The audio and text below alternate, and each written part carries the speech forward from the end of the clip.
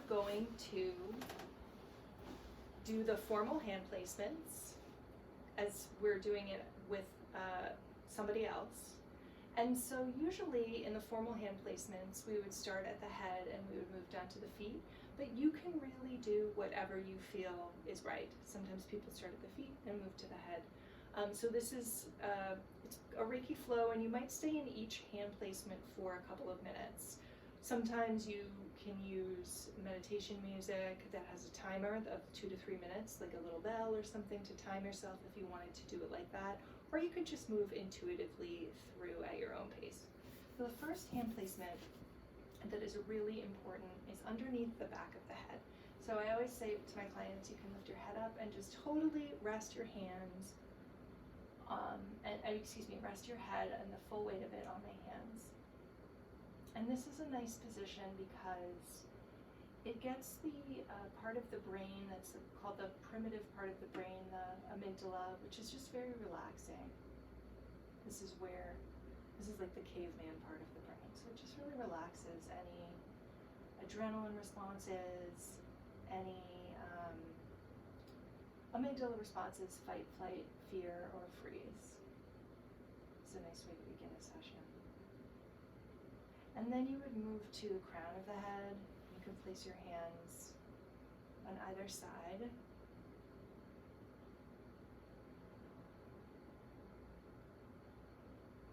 I'm going to do this kind of quickly, but you would usually spend 3 to 5 minutes on each hand placement.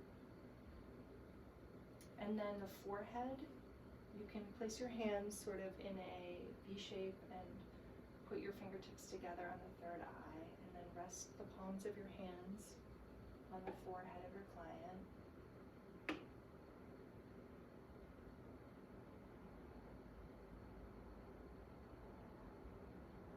And then you do the ears. Cover the ears with the palms of your hands, the fingers of your hands, so your fingers placed together.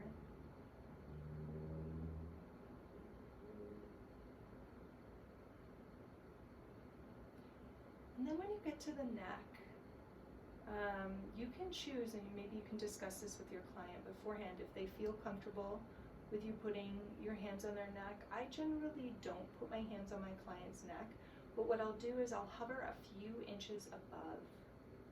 So kind of rest my arms on the table like this, and you can kind of hover a few inches or even just an inch above the neck. And people really feel this. You can do Reiki with your hands touching the client, and you just keep a light weight, the weight of a nickel, the weight of a quarter. Sometimes you can add more pressure. It depends on your style, it depends on what the client likes. But you can also hover a couple of inches above the body, and the Reiki will still have the same effect.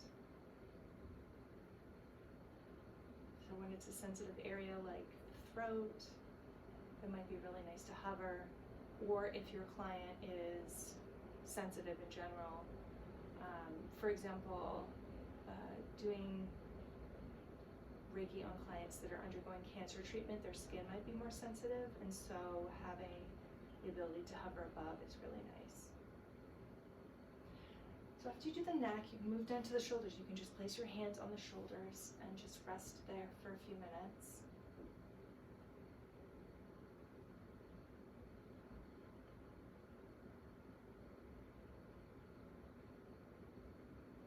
And you can go down the arms, you could do elbows, you could do the wrists as well. And then when you're ready, you can move to the heart. And when you move to the heart, you place one hand over the other, just like that, and place it right on the heart chakra. And usually, if this is a new client, a client you haven't worked with before, you just want to check with them. Are you open to receiving Reiki on your heart center today?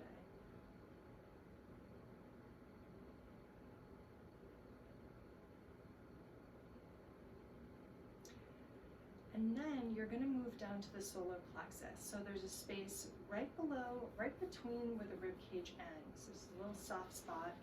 You move your hands there. And when you're doing Reiki, you could either place one hand over the other if you're doing Reiki on the solar plexus, and the other energetic centers of the body, or you can place them kind of next to each other so they're parallel. It's really up to you. I like to stack them right in the middle, but you're going to figure out what works best for you. And then you can move to the sacral center, so the space right on the belly button. Again, you'd want to make sure that this is okay, that your client was open to receiving Reiki on their abdomen. And then you can do their hips. So the hip centers, I like to do one hand on one hip, one hand on the other, sort of like just kind of sandwiching the hips. And this is really grounding for your clients. They really feel a sense of energy moving through from the top of the body to the bottom of the body. And this also connects with the root chakra. This is why it's such a grounding place. So the root chakra actually starts at your hips, in your pelvis, and so it connects all the way down into the ground. This is a very nourishing position to offer Reiki in. And you can stay here as long as you feel comfortable and as long as it makes sense, as long as the Reiki guides you to do so. And then you can do the knees. You could either do one hand on each knee. You could do, also another thing you do is a hand on a hip, a hand on a knee on one side, a hand on a hip, a hand on a knee on the other side, or just one hand on each knee. And then moving down to the ankles.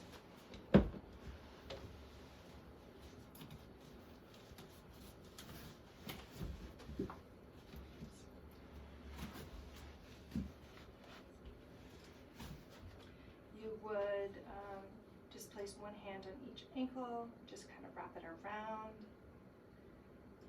which is also very grounding. It continues to ground the energy. It also helps with releasing anything.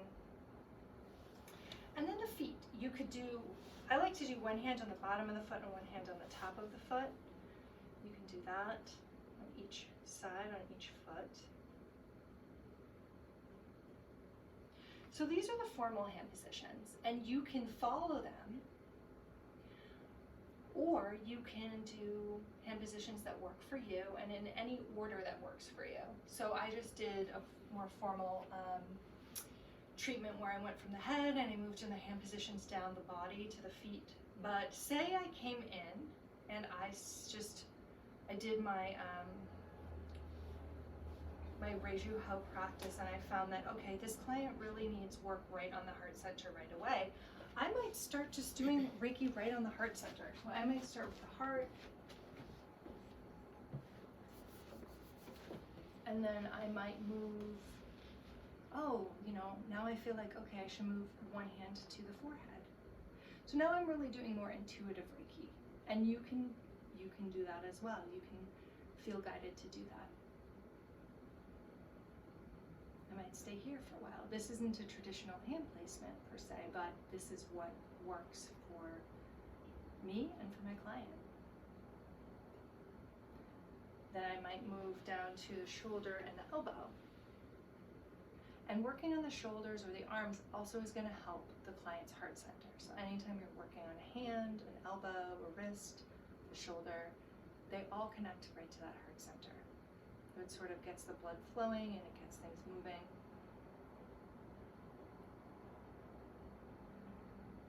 And again, I might be guided to work again on the feet for grounding. So you can do a more formal treatment or you can do a more intuitive treatment.